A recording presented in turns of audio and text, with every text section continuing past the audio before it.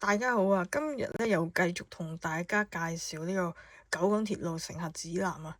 咁啊，之前嗰幾日咧，其實冇幾日嘅，之前就同大家介紹咗第一版同第二版啦。咁今日咧會同大家睇呢個嘅第三版嘅。咁就終於嗰個顏色上有個改變啦，因為佢第一版、第二版咧，咁就都係白色底，咁就個樣比較相似啲嘅。咁就佢個分別就係即係呢度有一個版本就有寫九廣鐵路，一個就冇咁樣。咁就呢個係92年5月嘅版本嚟嘅。咁其實佢個設計都好似，不過今次呢個第三版就轉咗顏色咁樣啫。咁入邊咧，今次呢個就都有呢個車票價目表，非常之靚嘅一個手繪嘅黃頭啊！係啦，咁就即係都係佢嗰個分類都係咁上下啦，就單程車票啊，通用儲值車票啊，咁即係因為通用儲值車票嗰啲優惠啲噶嘛。因為呢個最舊即係最平嗰個票價都同單程票有分別。我記得之前同大家睇過第一版嘅時咧，91年嗰個係好似一啲少啲嘅車站，即係短程嗰啲好似冇個優惠噶嘛。咁有呢個清晨優惠收費表，咁都一樣咧，就係6.9入閘啦。但係佢應該就唔計出閘時間嘅，咁所以就咁嘅情況。羅湖啦，跟住票務須知啦，咁樣啦，冇乜特別啫，都係同上次睇嗰個大同小異。咁呢一頁就專講賽馬日馬場啊嗰啲資料嘅。係啦，咁我哋就睇下呢個。我估計應該都係差唔多，因為都係嗰幾年嘅產品咧，咁即係個產物咧，咁變咗，即係佢可能都係更新一下啲細嘅資料，但係個大致上咧應該都係差唔多講嗰啲嘢，所以我主要就鉗俾大家睇下，睇到好相似啦。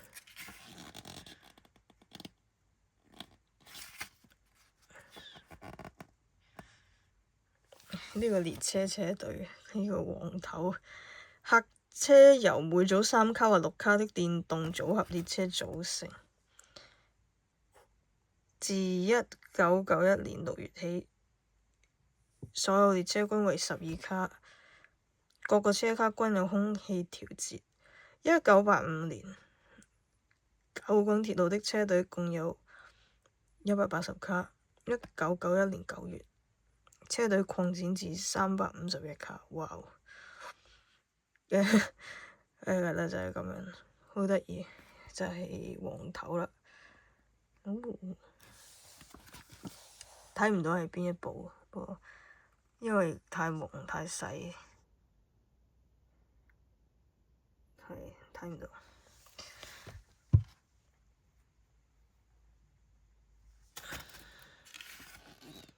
有一個新嘅廣告。九廣鐵路巡迴展覽啊，好得意啊！肯定係有啲單張拎嘅。我諗嗰時話係佢係去話佢去嗰啲唔同嘅村啊嗰度去做巡迴展覽喎。唔知有冇人去過呢個展覽呢？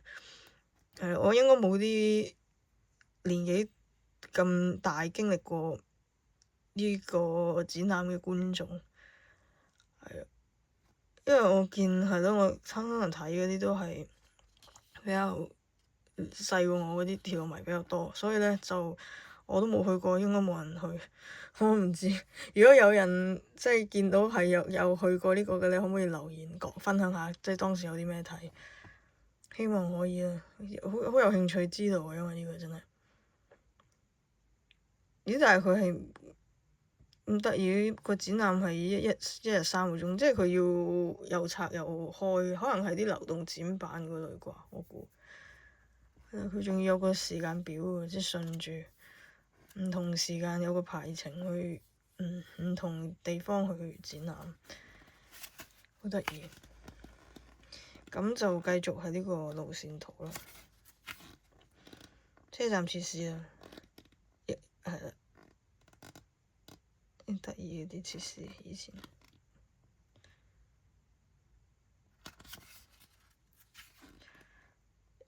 又係呢個好正嘅客務中心，應該好多單張拎嘅客務中心。咁啊，跟住呢個就係傷健人士嗰個安排咧，又係用翻呢幅圖，勁搞笑。咁跟住票務系統啦，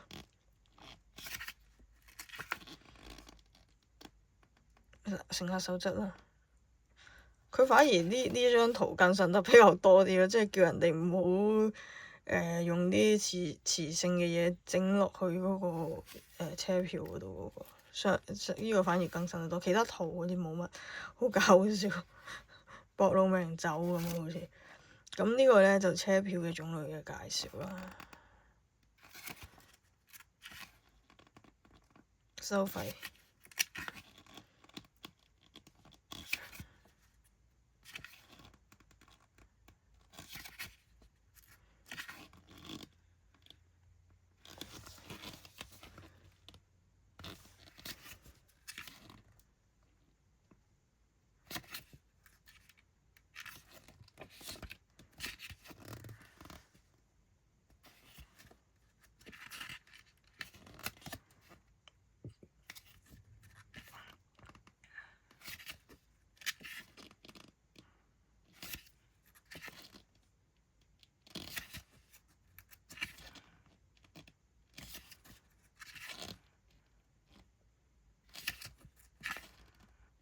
係啦，咁就又係嗰啲賽馬照，冇乜特別嘢分別咯。呢啲反而可能睇下陣間嗰個廣告會唔會有啲咩驚喜。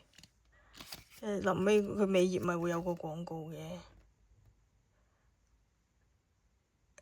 大會堂，話佢其實真係冇乜點變，外觀上好似唔同咗啦，係嘛？但係入邊應該真係好似，我覺得大會堂同細個去嘅時候個印象中係一模一樣。呢個勞會儲值票，跟住就係嗰啲返大陸嗰啲資料啦。